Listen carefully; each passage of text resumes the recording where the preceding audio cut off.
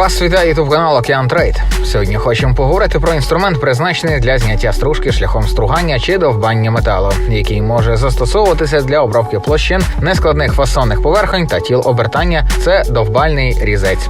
Під час стругання та довбання використовується зворотно-поступальний рух різального інструменту. При цьому зрізається шар металу певної глибини, забезпечуючи тим самим необхідний розмір. Довбальні різці зі змінними пластинами застосовуються для різних завдань у металообробці, включаючи формування шпоночних пазів, обробки канавок різних конфігурацій та нарізання зубців зубчастих коліс зовнішнього та внутрішнього зачеплення.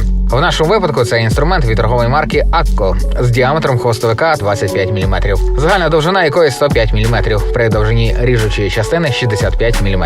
Пластини до цього різця теж від бренду Akko B41, які, як ми бачимо, можуть бути представлені у різних розмірах. Придбати цей товар ви можете на нашому сайті ocean.biz.ua. А ще наші фахівці готові надати вам консультацію та допомогу у виборі оптимального інструменту для вашої роботи за вказаними номерами. Доставку робимо в будь-який куточок України. З нами швидко, надійно та якісно.